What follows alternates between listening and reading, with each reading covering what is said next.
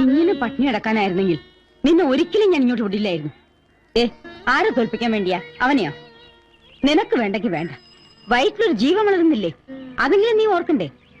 വാശി കളഞ്ഞിട്ട് വല്ലതും ഒന്ന് കഴിക്കാൻ നോക്കുമോളെ. എന്നും ഭക്ഷണം ഒരുക്കി തരാൻ ചേച്ചി ഉണ്ടാവോ? സ്വയം കണ്ടറിഞ്ഞെല്ലാം ചെയ്യുമെന്ന് നോക്കട്ടെ. ഇക്കാര്യത്തിൽ എനിക്ക് അല്പം വാശിയുണ്ടെന്ന് തന്നെ കൂട്ടിക്കോളൂ.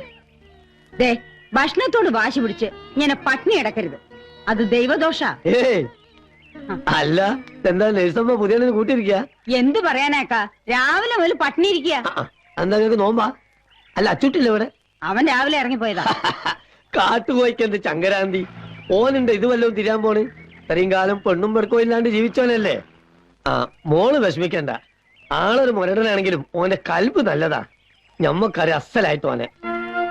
പിറന്നു വീണ് തന്നെ എത്തിയുമായിട്ടാ. നാട്ടുകാരാട്ടും തുപ്പും കേട്ട് തെരുവിൽ വളർന്ന ഓന് ഈ ദുനിയാവിനോട് തന്നെ പകയാ. ചില രാത്രിയിൽ ഓന് നമ്മളെ മുമ്പിലിരുന്ന് കൽബ് പൊട്ടി കരഞ്ഞിട്ടുണ്ട്. എന്താന്ന് ഇതുവരെ അറിഞ്ഞിട്ടില്ല, അതൊക്കെ ഓന് കിട്ടിയിട്ടുമില്ല. ഇനി അതൊക്കെ ഓന് കൊടുക്കാൻ മോക്കേ കഴിയൂ.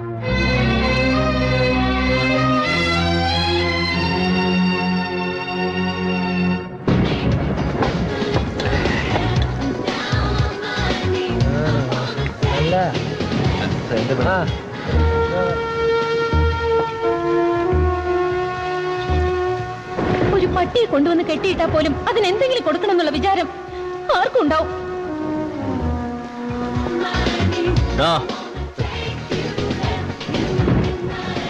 ഒരു chicken biryani parcel. Biryani parcel? ശരി.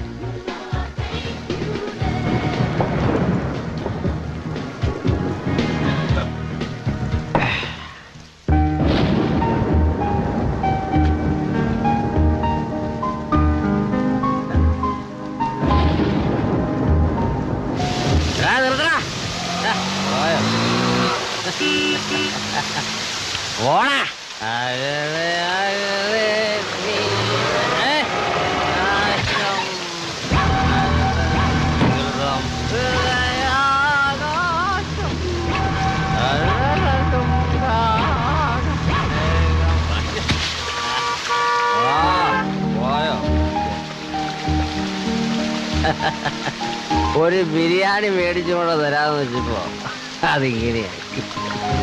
നിനക്ക് ബിരിയാണി തിന്നാനുള്ള യോഗം ഇല്ലടി പെണ്ണേ.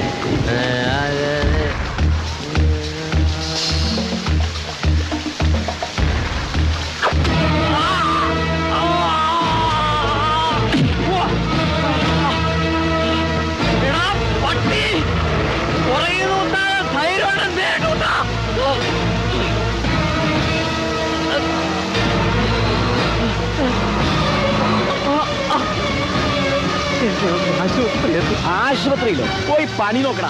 പട്ടിയെ പോലെ നീ റോഡിൽ കിടന്ന് ചാവണം.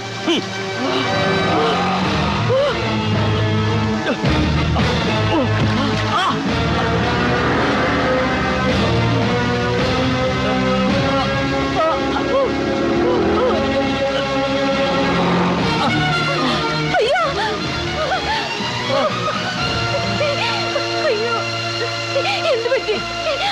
അയ്യോ, ആരാണ് ചെയ്തത്?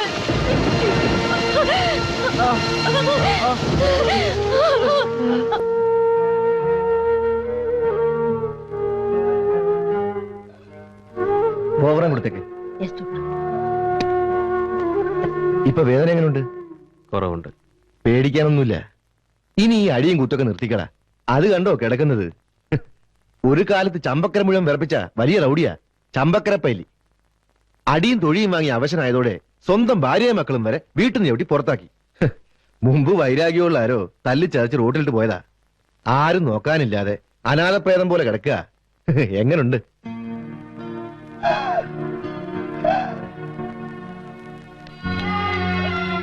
ചേച്ചി, എന്തു പറ്റി? ബ്ലഡ് എവിടെയെങ്കിലും തട്ടിയതായിരിക്കും.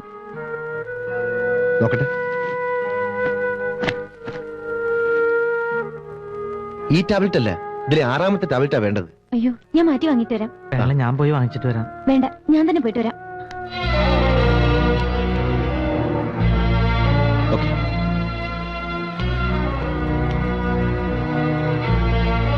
അച്ചുട്ടി, ഈ പുണ്യം ചെയ്തവനാണെന്ന് ഞമ്മക്കിപ്പോ മനസ്സിലായി. അല്ലെ ഈ സിന്ധുവിനെ പോലത്തെ ഒരു പെണ്ണിനെ അണുക്ക് കിട്ടൂല. അച്ചൂട്ടി ഉപദേശിക്കാൻ ഞാൻ ആരുമല്ല. എന്നാലും പറയാ, ഇനിയെങ്കിലും നല്ല രീതിയിലൊക്കെ ജീവിക്കാൻ നോക്കണം. ഒരു ജന്മം മുഴുവനും അനുഭവിച്ചു തീർക്കാനുള്ള ദുഃഖവും വേദനയും ഈ പ്രായത്തുള്ളിൽ അവൾ അനുഭവിച്ചു കഴിഞ്ഞു. ഇനി അവളുടെ ജീവിതം അച്ചൂട്ടിയുടെ കയ്യിലാ.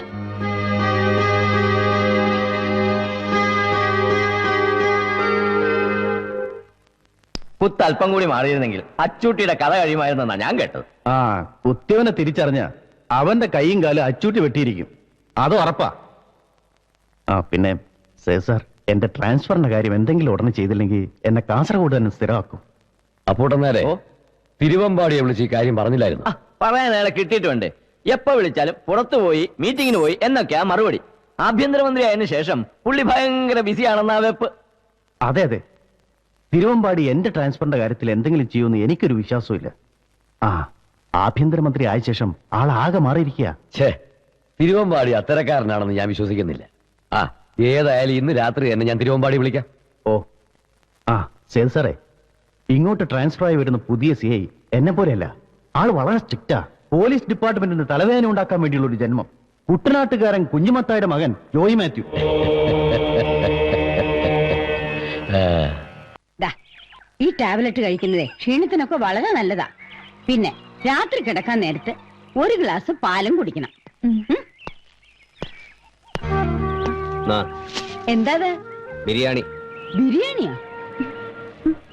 ഈ സമയത്ത് നല്ല പച്ചക്കറികളും പഴവർഗ്ഗങ്ങളുമാണ് കഴിക്കേണ്ടത്. അതിലാണ് ആവശ്യമുള്ള വിറ്റമിൻസും കാൽഷ്യം ഒക്കെ ഉള്ളത്. അല്ലാതെ ഈ ബിരിയാണി കഴിച്ചിട്ട് എന്താ? ആ ബിരിയാണിയിൽ ഇതുപോലെ ഏതാണ്ടൊക്കെ ഉണ്ടെന്ന് നാട്ടുകാർ പറയുന്നത്. നാട്ടുകാരങ്ങനെ പലതും പറയും. നിന്റെ കുഞ്ഞിന് നല്ല ആരോഗ്യവും സൗന്ദര്യവും ഉണ്ടാവണമെങ്കിൽ നല്ല രീതിയിലുള്ള ഭക്ഷണങ്ങളൊക്കെ ഇവള് കഴിച്ചേ പറ്റൂ. അച്ചൂട്ടി, ഇവിടെ ഒരു അടുക്കളയുണ്ട്. വെച്ച് വിളമ്പി തരാൻ ഒരാളും ഉണ്ട്. അത്യാവശ്യത്തിന് കുറച്ച് പാത്രങ്ങളും കുറച്ച് സാധനങ്ങളും വാങ്ങിച്ചു കൊടുത്താലേ ഒന്നുമില്ലെങ്കിലും വായിക്ക് രുചിയായിട്ട് നിനക്കെന്തെങ്കിലും കഴിക്കാമല്ലോ. ഇതൊന്ന് ആലോചിക്കാവുന്നതാ. ഓ എനിക്ക് ഹോസ്പിറ്റലിൽ പോകുന്ന സമയം വരട്ടെ മോളെ.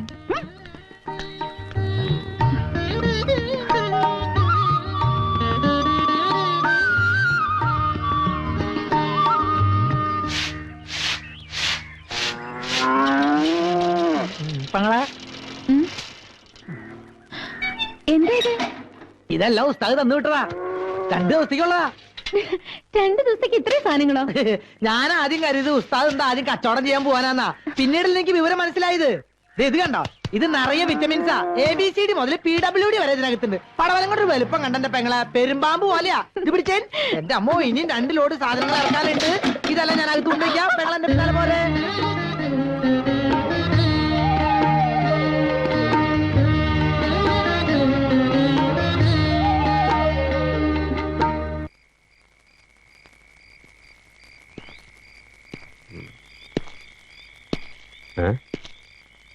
എന്റെ കട്ടിലവിടെ പോയി.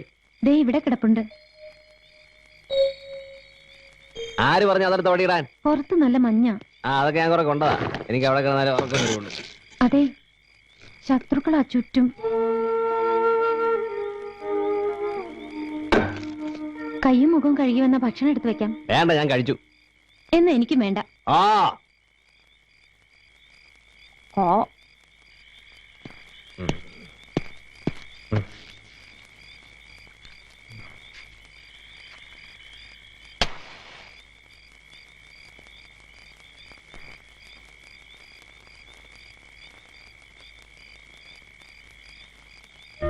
നിന്റെ കുഞ്ഞിന് നല്ല ആരോഗ്യവും സൗന്ദര്യവും ഉണ്ടാവണമെങ്കിലേ നല്ല രീതിയിലുള്ള ഭക്ഷണങ്ങളൊക്കെ ഇവൾ കഴിച്ചേ പറ്റൂ.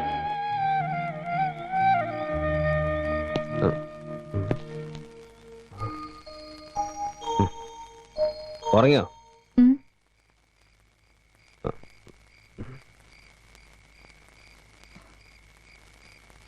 എനിക്ക് വിശക്കുന്നു. വേണ്ടെന്ന് പറഞ്ഞിട്ട്? അപ്പൊ എനിക്ക് വിശപ്പില്ലായിരുന്നു. ഇപ്പൊ ഒന്ന് വേഗം എടുത്തേ.